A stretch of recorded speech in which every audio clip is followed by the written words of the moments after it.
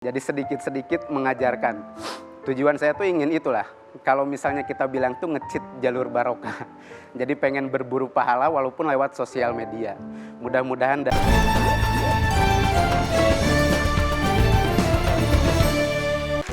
Oke, sebelum kita menuju ke peserta berikutnya, Kang Sabron, ngobrol dulu sini, Kang.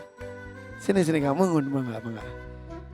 Ternyata Kang Sabron ini juga asli Bandung. Tadi saya ngobrol betul, tuh ya. asli Bandung. Di Antapani. Betul. Dulu tuh bukan main sinetron apa? Yang preman pensiun. Iya, bareng di preman pengajian. Oh, preman pengajian. Iya. Oke, saya lihat di TikToknya, tiba-tiba lewat di FYP saya, terus menerangkan tentang huruf-huruf hijaiyah. Oh iya. Iya.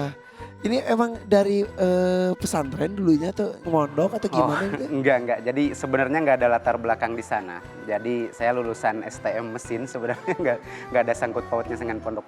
Ya, ini juga bengkel huruf ya, bengkel huruf hijaiyah ya. Oh iya. Jadi dari STM mesin. Iya betul. Pernah belajar ngaji? Enggak sih, sebelumnya nggak ada. Dari kecil? Enggak, cuma pas pernah di MTS kayaknya. Bagus dong, iya. Mas Madrasah Tsanawiyah SMP ya. Iya, MTS SMP ya. betul. Belajar, tapi setelah itu Udah nyampe STM tuh kayaknya udah nggak deket lagi dengan Al-Quran. sama sekali. Sama sekali. Karena emang latar belakang di keluarga tuh nggak ada yang backgroundnya dari pondok pesantren juga. Oke, maaf sekali. Tapi sholat puasa lakukan. Alhamdulillah. Tapi mengajinya tidak Ya. tidak rajin. Betul, karena emang posisinya belum bisa waktu Nah, itu tuh. mulai mempelajari huruf-huruf hijaiyah, mengaji dengan benar itu kapan? Jadi kemarin kita mulai itu 2018, Kang Irfan. Ya 2018 tuh ketika, ya jujur lah, ketika anak saya udah lahir, anak pertama. Anak. Udah. Gini-gini punya anak ya? Alhamdulillah. Gini-gini laku tuh ya. hebat benar. Sudah punya anak. Alhamdulillah ada 4, Kang Irfan. Masya Allah. Ya. Ketika anak pertama lahir tahun 2018, apa yang terjadi? Jadi waktu itu tuh kepikiran, ya namanya orang tua lah, kepikiran pengen anaknya itu jadi penghafal Al-Quran. Ya. Waduh, saya kalau udah ngobrolin anak ini, ini yang jadi memotivasi saya gitu. Jadi pas pengen anak itu menjadi penghafal Al-Quran, tapi kok saya berasa licik atau curang. Kenapa orang tuanya nggak bisa ngaji gitu. Mulai dari situlah muncul keinginan untuk belajar gitu kan. Jadi saya paling ingat tuh yang kata-kata guru saya tuh, kalau bisa sebisa mungkin ngajarin anak tuh Al-Fatihah. Mudah-mudahan bisa menjadi pahala jariah ke depan. Karena posisinya ya saya yakin sih bahwa Allah itu memasukkan manusia ke surga itu karena rahmatnya. Jadi saya berusaha pengen jadi yang terbaik dan mudah-mudahan dari apa yang saya pelajari bisa saya amalkan khususnya untuk keluarga saya dan mengalirkan banyak pahala jariah. Dari situ kan. Anak pertama lahir. Betul. Belajar kembali karena dulu pernah belajar pastinya. Pernah belajar, ya. Belajar kembali dimulai dari huruf hijaiyah. Iya, saya mulai dari awal lagi. Jadi dulu tuh 2018 tuh emang muncul rasa malu. Saya rasa takut untuk belajar. Mungkin ini yang apa ya? Yang dihadapi oleh orang tua ya zaman sekarang lah. Malu lagi untuk belajar Iqra lagi, belajar lagi huruf hijaiyah gitu. Tapi di situ saya ngambil mungkin ini hidayah dari Allah ya untuk mulai memperbaiki bacaan gitu. Nah di situ tuh saya belajar lagi bareng teman-teman yang masih muda gitu ya.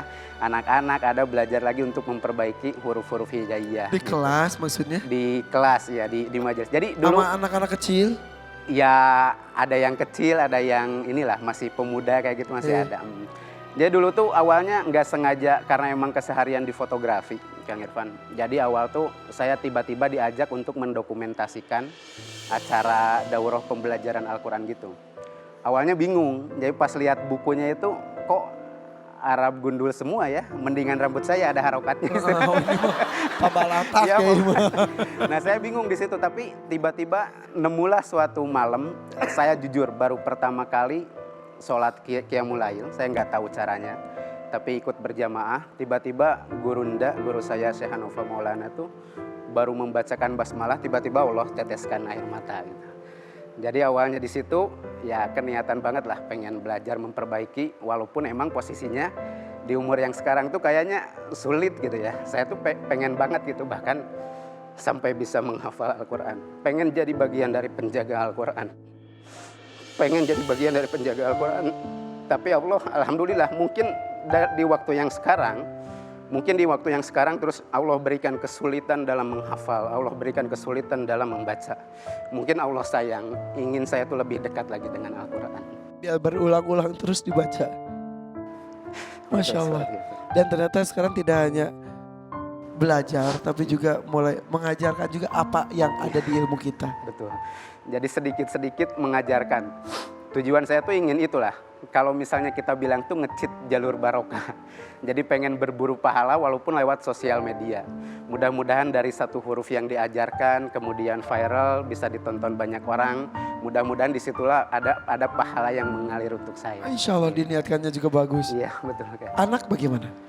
Kalau anak sekarang saya masih proses mengajarkan. Tapi dengan metode ke anak tuh kan gimana ya? Beda-beda, nggak ada latar belakang di situ. Jadi saya hanya bisa berusaha mencontohkan bacaan yang terbaik saja. Karena anak itu menurut saya adalah peniru yang baik. Makanya saya fokus ingin memperbaiki diri itu biar bisa ditiru, ada hal kebaikan yang ditiru oleh anak. Gitu kan Irfan. Masya Allah.